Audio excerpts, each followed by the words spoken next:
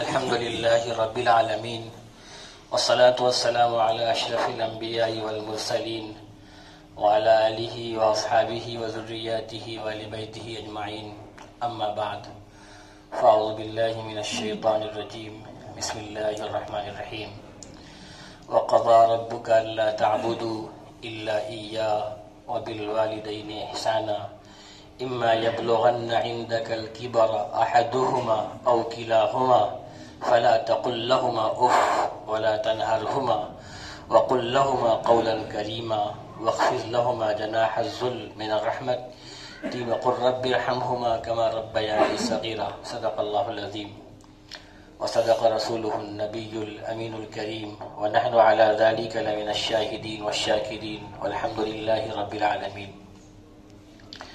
عزیزان ملت اسلامیہ، اللہ تعالیٰ نے قرآن مقدس میں ارشاد فرمایا ہے انشکر لی ولی والدیک، میرا شکریہ ادا کرو اور اپنے والدین کا شکریہ ادا کرو. یہ غور کرنے والی بات ہے کہ اللہ تعالیٰ نے جسٹ اپنے بعد والدین کا شکریہ ادا کرنے کا حکم فرمایا ہے. انشکر لی ولی والدیک، میرا شکریہ ادا کرو اور اپنے والدین کا شکریہ ادا کرو. آپ کو تعجب ہوگا کہ اتنی بڑی بات کیسے ہو گئی.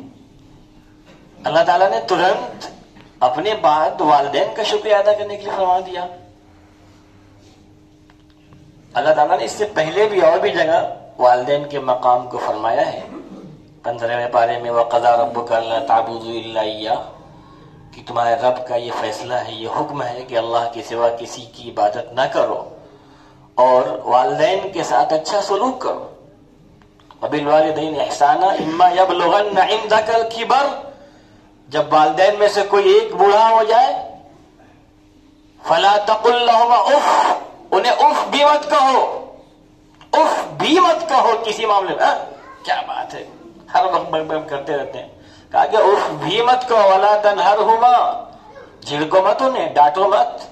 قل لہما قولا کریما، ان سے ذرا پیار سے بات کرنا، ان کے لیے اپنے بازو کو نرم کر لینا، اپنے دل میں نرم گوشہ اختیار کرنا.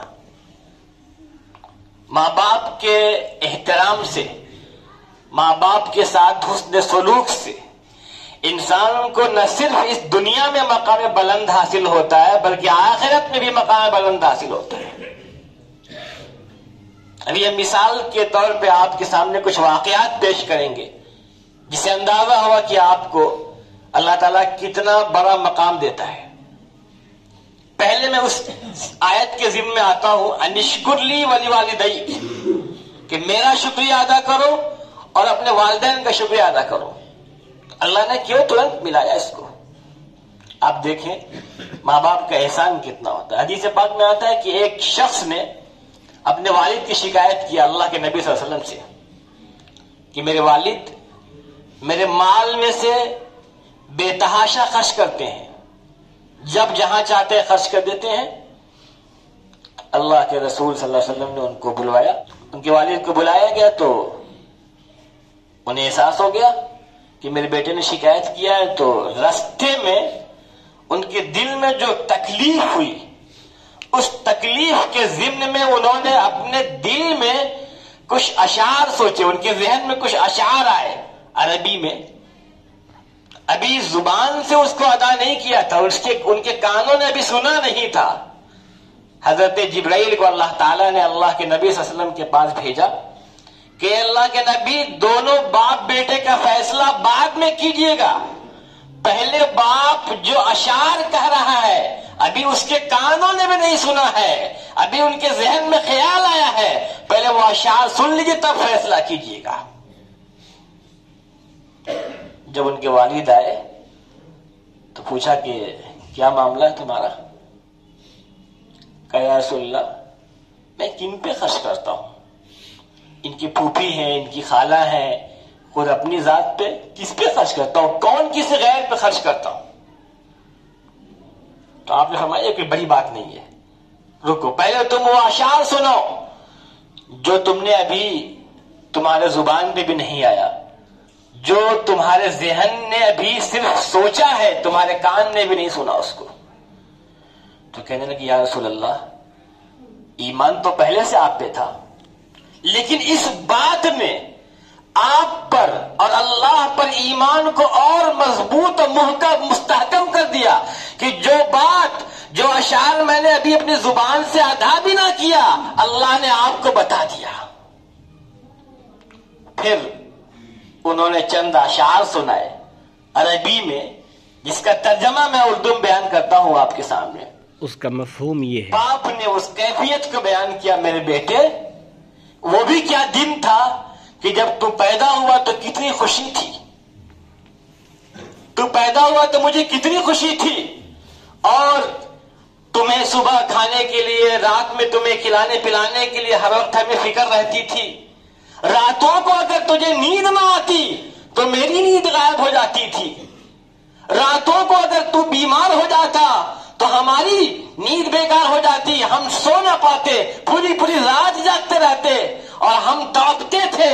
ہمیں حالانکہ یقین تھا کہ موت تو اپنے ٹائم سے آنی ہے، اس کے باوجود تمہاری ہلاکت اور تمہاری موت کا مجھے ڈر لگا رہتا تھا، اور دل یہ تمنا کرتا تھا کہ جلدی سے تو بڑا ہو جا، تو سیانہ ہو جا، تو جوان ہو جا، تجھے جوانی کے دہلیز پہ دیکھوں تو کتنی مجھے خوشی ہوگی.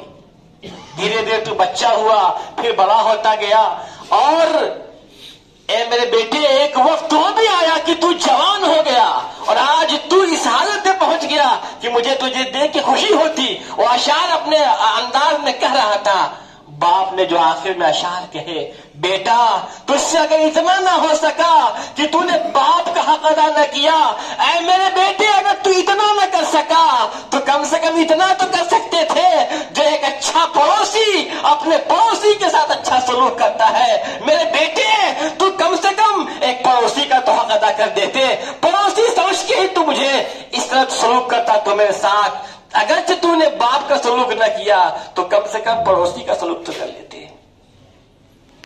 اللہ کے نبی صلی اللہ علیہ وسلم نے یہ بات سنی ہے، اس شخص کے گریبان کو پکڑا اور فرمایا انت مالک لابی، تم اور تمہارا سارا مال تمہارے باپ کا ہے. تم اور جتنا تم کما رہے ہو تیرا سارا مال تیرے باپ کا حق ہے. آپ تصور کر لیں، اللہ نے ایسے نہیں کہا انشکر لی ولی والدیک، میرا شکریہ ادا کرو اور اپنے والدین کا شکریہ ادا کرو. حدیث پاک میں آتا ہے، ایک شخص آتا ہے اللہ کے نبی صلی اللہ علیہ وسلم کے پاس، پوچھا یا رسول اللہ حسن سلوک کا زیادہ حقدار کون ہے، اچھا سلوک کا؟ فرمانے لگے تمہاری ماں. پوچھا پھر فرمایا تم امک، تمہاری ماں. پھر پوچھا کون زیادہ حقدار ہے؟ فرمایا تمہاری ماں. تیسری بات، چوتھی بات نے پوچھا یا رسول اللہ پھر؟ فرمایا ثم ابوک، پھر تمہارے باپ. 3 بار جو ماں کو کہا گیا، کیوں؟ اس کے 3 درجے ہیں. پہلا، ماں کے پیٹ میں بچہ 9 مہینے رہتا ہے، اس کیفیت کو جو 9 مہینے ماں برداشت کرتی ہے، الٹی کی طرح لگتا ہے، کبھی پیٹ خراب ہوتا ہے، تمام طرح کے بوجھ کو لے کے چلتی رہتی ہے. پھر پیدائش کے وقت جو تکلیف ہوتی ہے، ایسی تکلیف ہوتی ہے وہ ماں ہی جانتی ہے، اللہ جانتا ہے. اور تیسرا درجہ، 2 سال تک لگاتار بچے کو دودھ پلانا.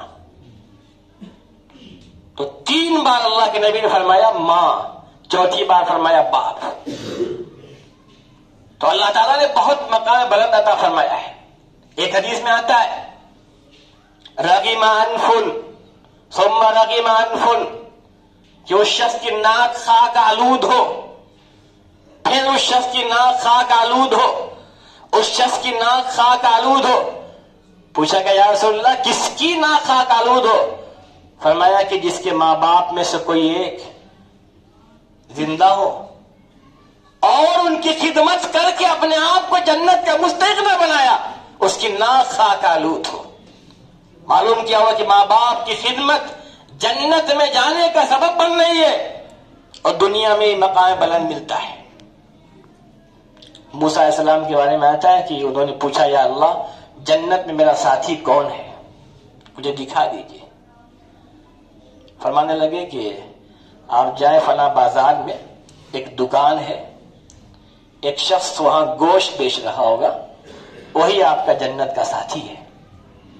موسیٰ علیہ السلام نکلے، اس شخص کے پاس پہنچے، فرمایا کہ میں مسافر ہوں، آج رات تمہارے یہاں قیام کرنا چاہتا ہوں۔ کہا ٹھیک ہے چلیے۔ دیکھا کہ اس نے بڑی ایمانداری کے ساتھ سودا بیچ رہا ہے۔ وہ گھر پہنچے اس موسیٰ علیہ السلام کو لے کر کے، تو دیکھا کہ چادر میں لپیٹ کے ایک بہت بوڑھی عورت ہے جو ایک جگہ رکھی ہوئی تھی، اس کو اٹھایا اور اٹھا کر کے ان کے منہ میں کچھ دودھ وغیرہ یا کوئی کچھ کھلایا ان کو۔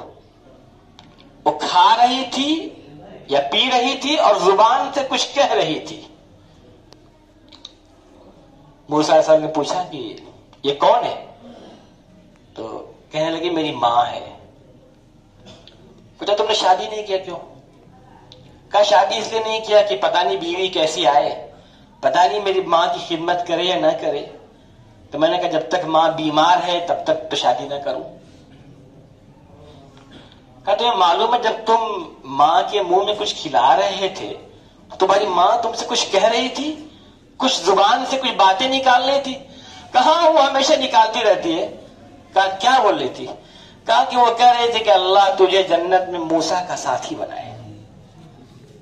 اب آپ بتائیے میں کہاں اور کہاں حضرت موسیٰ، اللہ کے نبی حضرت موسیٰ، جنت میں ہمارا ان کا ساتھ کہاں ہو سکتا ہے؟ حضرت موسیٰ کلیم اللہ نے فرمایا سنو اللہ کے بندے، اللہ تعالیٰ نے تمہاری ماں کی دعا کو قبول فرمایا، میں ہی موسیٰ ہوں، اللہ تعالیٰ نے تمہاری ماں کی دعا کو قبول فرما کے جنت میں تم کو میرا ساتھی بنا دیا ہے۔ یہ ماں کی دعاؤں کا جو ثمرہ تھا، کون سی اس کی نیکی تھی؟ ماں کی دعاؤں کا ثمرہ تھا کہ اللہ نے جنت میں اس بوڑھی ماں کی دعا سے اس بندے کو جو گوشت کی تجارت کرتا تھا، جنت میں حضرت موسیٰ کلیم اللہ کا جو اللہ سے باتیں کیا کرتے تھے، جنت کا ساتھی بنا دیا۔ اور آتا ہے کہ ماں باپ کو ستانے والا مرنے سے پہلے دنیا میں اس کا عذاب، اس کی سزا ضرور بھگتے گا۔ ماں باپ کو ستانے والا، ماں باپ کو تکلیف دینے والا مرنے سے پہلے دنیا میں ہی تکلیف کو، سزا کو ضرور جھیل کے مرے گا، اور آخرت میں تو انجام برا ہوگا ہی۔ اس لیے ہمیں چاہیے کہ ہم اپنے ماں باپ کا خیال کریں، ماں باپ کے ساتھ اچھا سلوک کریں، ان کے ساتھ بہترین سلوک کریں۔ اگر ماں باپ دنیا سے چلے گئے ان کے لیے نمازوں میں دعائیں کریں، ان کے لیے صدقہ و خیرات کریں کہ اللہ ان کی مغفرت فرما، ان کے درجات کو بلند فرما، جنت الفردوس میں اعلیٰ مقام فرما، ان کے لیے دعائیں کرتے رہیں۔ اللہ تعالی ہم سب کو صحیح باتوں پہ عمل کرنے کی توفیق عطا فرمائے۔ وآخر دعوانا الحمدللہ رب العالمین۔